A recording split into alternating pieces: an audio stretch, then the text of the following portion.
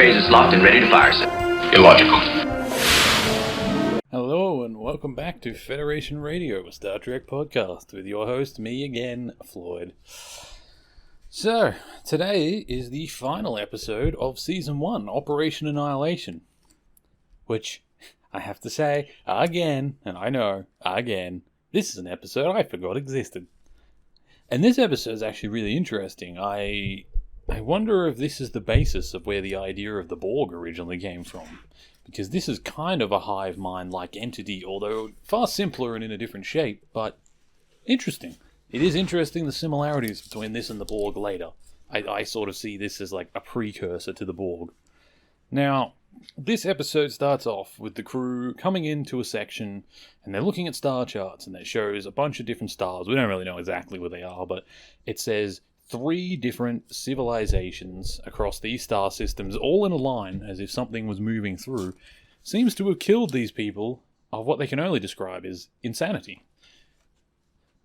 Now, the episode starts off with them discovering this, and then finding that there is a ship. A small ship that is rushing towards the local star in this system. And this is a system where the Federation actually has a colony called the Denovan, I think it is, or Denovan colony, with apparently over 1 million people living on it, including Kirk's brother and his family. Well, Kirk's brother's family, not Kirk's family, but, you know, his nephew and his brother's wife. So they're all here. And then at the start, we see this ship. It's heading towards the sun. They try and rescue it. They rush after it with the Enterprise. They're not able to get the tractor beam on it. They can't seem to do anything to it.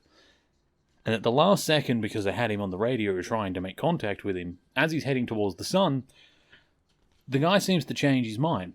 Well, not change his mind, but like he was yelling almost incoherently into the radio about they're here, they won't stop, and then right before the ship exploded, because obviously it's too close to the sun, the ship's not built to withstand that, he gets close to it, and then he suddenly says in a very calm voice, "It's gone, it's finally dead." Now, when you first watch that, you don't really notice it. It just seems to be a part of, like they were saying, absolute insanity. You don't understand what's going on. As the episode goes on, we actually learn that that was a very important plot point. Because after this, they get to the planet where they're trying to make contact with anybody from this over 1 million population, you know, Federation world that's apparently been colonized for a century, so 22nd century, I guess. And on this planet, they can't get in contact with anyone. Uhura is trying all the official channels, governments, military, everything. Nothing's answering. Kirk gives them a private communication channel. Uhura says to him, you know, that's a private channel. Why would you want me to contact that? And he says, I'm well aware of what it is. Please contact it. And they get a response, and it's a woman who is screaming about how they're coming in, there's nothing we can do, I don't know what to do. And Kirk recognizes her as his sister-in-law. I can't remember her name, as a Corina, or something like that. I don't remember. But, so they go down to the planet, a small group, and almost immediately, they're basically assaulted by a group of men with, like, what looks like either stun rods or some kind of, like, electric weapons or just metal poles. I'm not really sure exactly what they're supposed to be. But they're running towards Kirk and the rest of the ground crew, who then fire their phasers seemingly in stun mode, knock them all unconscious. Now, the Doctor makes a point at that point of scanning them, and he determines there's something wrong with their nervous system. Even though they're unconscious, it's almost like it's being artificially stimulated, as if they were conscious and in a heightened state. I don't understand it. Then they hear a woman scream, so they go up to where she's screaming from, and it's the room where Kirk's brother is. Now, Kirk's brother is on the ground, and unfortunately, as they discover, he's dead. The woman screaming was his sister-in-law. She starts going a little out of her mind and screaming about they're here, they're going to come in, they're trying to get in, and she's stuck with, I don't actually know what, the Doctor hits her with something that knocks her unconscious. Now, at this point, they look over, obviously Kirk's brother's dead, but his nephew still lives. So they grab his nephew and they grab his sister-in-law and they bring them back up to the ship. But before they do, they look around the room and they determine, you know, this room looks like they were barricading to keep something out. And as Spock looks up and sees the vents, he sort of says, and evidently it seems they failed, because the vent looks like it's being pushed in from the roof, which means something small was in the ventilation system. They can't determine yet what it was, but something has gotten in, it's killed Kirk's brother, this is personal. Although, I do have to say, for bringing in Kirk's family, they didn't really play all that important a role in the episode. I was kind of hoping there'd be more of a payoff to meeting Kirk's family, but not really. I don't think the nephew got to say 2 words. But anyway, so they go through. It's cool. Like, I like this idea of this kind of, it's creepy. It's a million-man city. The people are almost acting like zombies. They don't understand what's going on. They go to investigate around the area, and they find in the shadow of an archway, not far from where they were sitting, or from where they were searching, there are these creatures. They seem to be, I mean, to me, they just look like some kind of plastic or gelatin type, like, synthetic mold, sort of similar to the consistency that you would see, like, a fake chest piece or like a fake breast be. Something like that, something silicone-y. It had that, like, squishy fakeness to it. But that's obviously just a set piece. I think it was supposed to be reminiscent of, they say later on, a brain. It's almost like an enormous cell from a brain as a creature, probably the size, I'd say a little bit bigger than a human hand, so pretty big, but not massive. And they're stuck to the wall. Now, at this point, we learn how smart they are, because they try and fire their phaser at it, obviously realizing this must be what it is. This is the creature that's attacking or was trying to get in. Let's capture one or kill it because it's getting near us. And it seems like they've phased it, and it falls to the ground almost as if it's hurt. They can't determine much about it. They do a few scans, and they're not really sure. That's when they say it's more in common with, like, a brain cell, but I don't understand anything about it. And then they go to leave. They go to get up and say, all right, let's get out of here. Let's go back and see what we can work out with the 2 that we've taken to medbay. And as they turn around, the one on the ground, this is where it shows its intelligence, it was faking being injured. It just fell off the roof, making them appear as if they had injured it. They'd actually done nothing to it. The phasers barely harmed it. And it immediately jumped on Spock's back. It used that as a fake out so that when they turned their backs, it could take one of them. At that point, we determine that what these things are is basically like a brain bug. They get onto your back or onto your skin, and they fuse with your nervous system. We learn when we go back on the ship, because obviously Spock is taken to the med bay, and between the nephew and the auntie, or the nephew, the sister-in-law, and Spock, we learn that, yes, they fuse with your nervous system, and it seems that is probably why the other guys, when they were unconscious, still seem to have their nervous system as if it was being stimulated, because it was. There is another entity, a parasitic-like entity, on them somewhere that is infused in their nervous system that was still active, even though the humans are unconscious. Now, Spock is very unique. There's a short period where Spock kind of loses it, and he rushes for the bridge, and he tries to take control of the ship. Now, he does get called out on it, like they call him out from medbay when he escapes, and they manage to stop him before he can do it. And then in medbay, when they come to visit him, he says, I can control it. I'm sorry. I am a Vulcan. They control people through pain.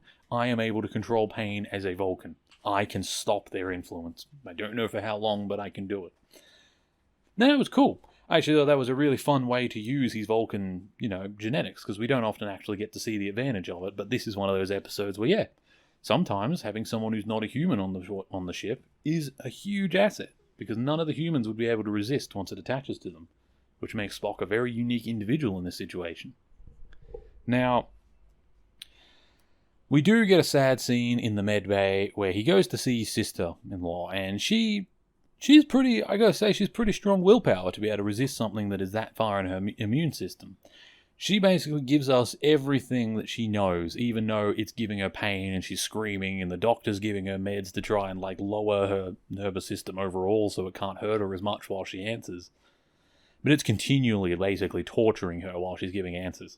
She says a ship came, it wasn't their fault. They came and they brought them, but they didn't mean it, and she keeps saying it wasn't their fault.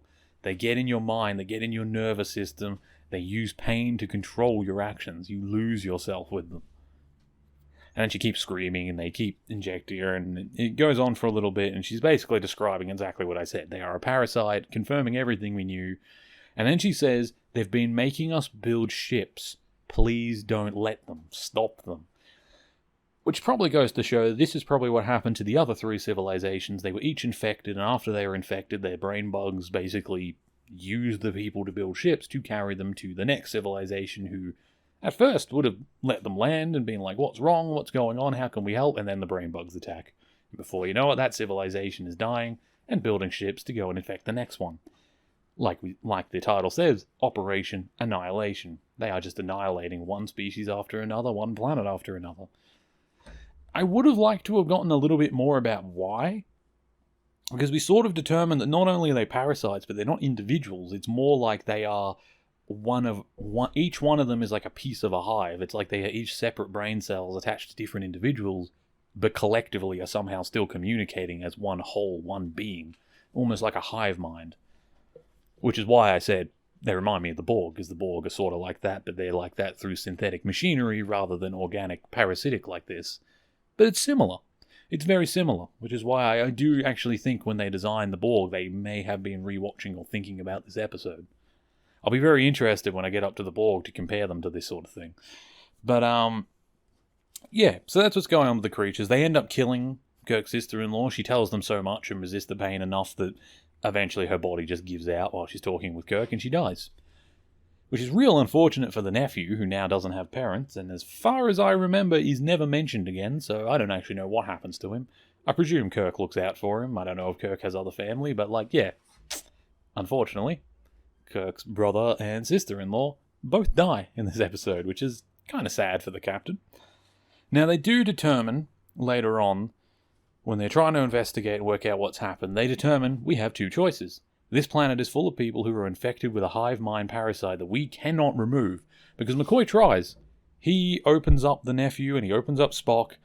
Well, sorry, he opens Spock and he was going to open the nephew if he was successful and tries to surgically remove the parasite.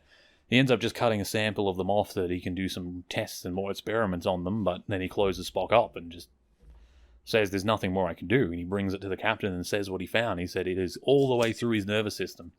He said I could spend days in there doing surgery, and I doubt that I'd be able to dislodge it without killing him. I don't see how I'm going to be able to remove it surgically. Now, from that point forward, they're not sure what to do. They're sort of left with this choice where Kirk and kind of Spock speculate, because remember, he's controlling the pain, so he is still of his right mind now that he's taken back control, but he is still infected. Where they basically determine this cannot be allowed to spread. And Spock says you have two choices. Either you destroy the planet to stop, destroy the population and destroy it all from orbit to stop them building ships to ever spread beyond this, which, as Kirk points out, and the Doctor, that's over 1 million people. We can't do that. And as Spock quite rightfully points out, there are billions, possibly trillions of people beyond this system. How many should die just because you don't want to kill 1 million here? And I feel like we're basically at the train cart, exercise here of, is it better to let the train run over one person, or is it better to let the train kill 5 people if you're not involved, or do you flick the rail to the other rail and let one person die, except that person dies because of your action instead of it just happening in front of you? It's an old moral question. There is really no right or wrong answer. Logically, you should flick the thing so that you're only killing 1 instead of 5. But at the end of the day, you are then responsible for killing that 1. It's a pretty messed up thing to ask anyone to do, but that's basically the position Kirk is in now. Except, unlike a lot of people, Kirk just says, no, I won't do that. He calls a meeting and says, we have 14 labs on this ship, we have a lot of scientists, all the best in the fleet, give me another solution. And then he just storms out of the meeting. Now, when they're going over it, they realize that ship at the start that blew up is actually important. It's not just a throwaway line for the insanity.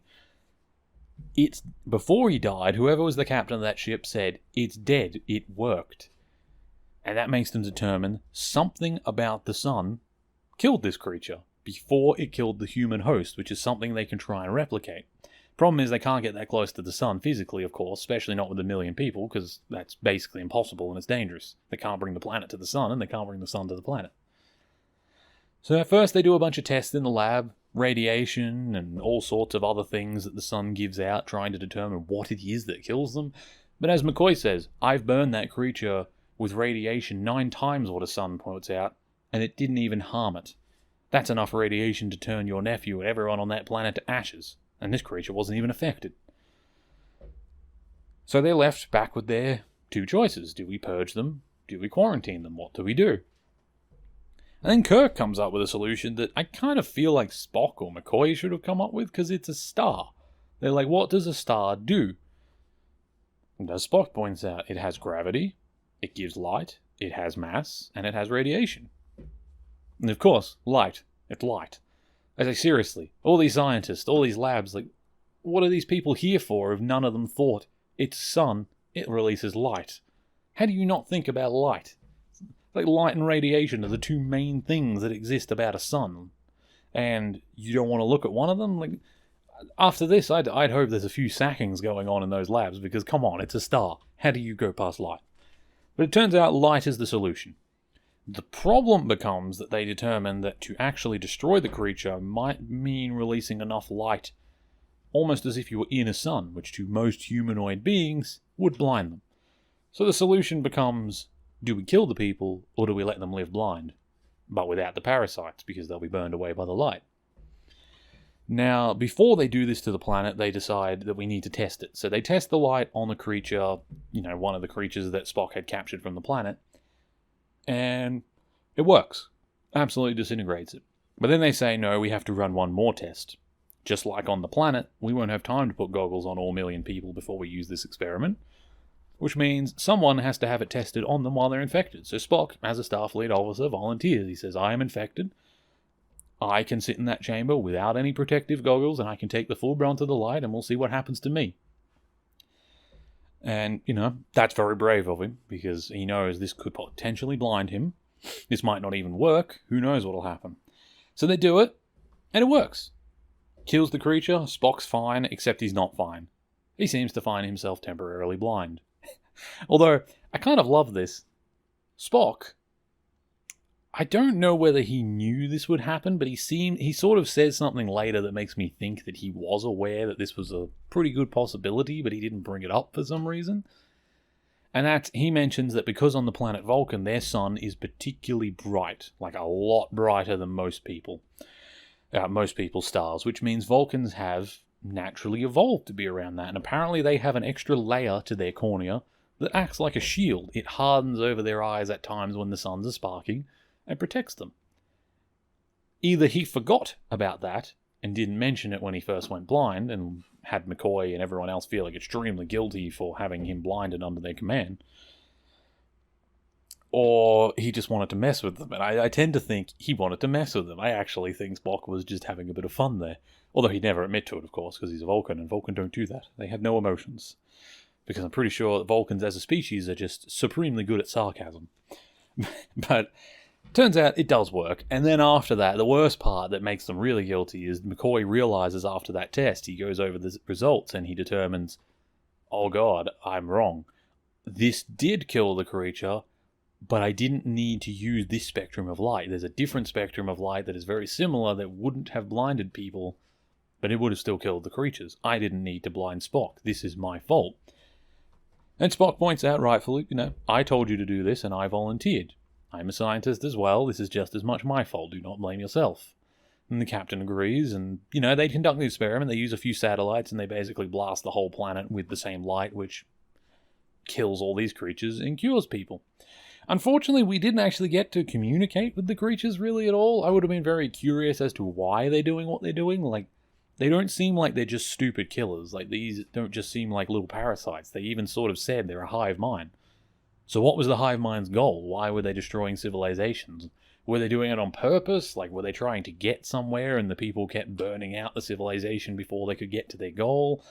We never really get to find out. I feel like they missed out on a very interesting opportunity there to have a story about that. Like, what were they doing? What was their goal? Were they evil? Were they purposely killing these civilizations? Or was it an accident because they were trying to do something else? Unfortunately, we'll never know, because they all got killed. But in the end, Spock's eyesight comes back, which is kind of amazing. But, yeah, it's a fun little episode. We get a blast of light, people get their eyesight cleared, and Kirk loses his brother. His nephew survives, but like I said, his nephew survives. He's unconscious from when they save him. He's unconscious in the med bay. As far as I'm aware, he's unconscious at the end of the episode. He never actually gets to say a word. We just see that he's a young boy with red hair, and he's apparently Kirk's nephew, and that's, I think, all we'll ever know about him, because there's no word at the end about what happens to him. Does he go back to the planet alone? Does he stick with Kirk? I mean, he doesn't stick with Kirk, but we get no word on what happens to him. Which I thought was kind of sad. I would have liked to have known more about Kirk's family, learned a bit more about his backstory, as well as these creatures. But unfortunately, this episode didn't really do that. But it was a pretty tension-packed episode. I feel like for a final of their first season, it's not bad. It's a pretty cool story, pretty high stakes. Like, to end the first season of the first ever season of Star Trek ever on TV, not bad. Actually a pretty good episode. And, I'm just looking back. City on the Edge of Forever, again, pretty good episode. The Alternative Factor, pretty good. Errand of Mercy, like, to be honest, a lot of the end of this season was actually pretty good. It had a few rocky episodes here and there, but overwhelmingly, season 1 of the original series, I rate it pretty highly. I really enjoyed it. But yeah, that is the end of season 1. Next up, we got a very special episode, and this one, unlike the others, I do actually remember. It's called Amok Time, and it's time for Spock to have his very famous Ponfar, which is the Vulcan time of mating. I'm just going to leave you with that, because in the next episode, Amok Time, I'll be back and we'll be going over that episode. It's a very classic episode. It's famous. The music that plays in it, everything about it. And also, I would say, probably one of the most referenced episodes within the Star Trek universe altogether. Because the Ponfar is basically invented for this, and it's referenced non-stop throughout Voyager and many other, later episodes. This is a pretty big episode for even in-universe as well as outside. This is kind of like a Gorn episode. This is one of those real iconic that most Star Trek fans, even if they've only watched it once or at some point, remember it. It's very big in pop culture, unlike a lot of the rest of the show. So I'm looking forward to that. I'll be going over that next. I thank you all for listening. Once again, if you have any comments or any opinions or theories about what these creatures are up to, or any behind-the-scenes stuff that you want to share with me, if anyone knows, like, if there was a different script for this at some point, or if there was actually backstory written for these creatures, or it was originally going to go a different way, email me. I would love to see that stuff. I'd love to hear any of that stuff, because this episode fascinated me in a lot of ways that the episode just didn't answer. But thank you for listening, and goodbye for now.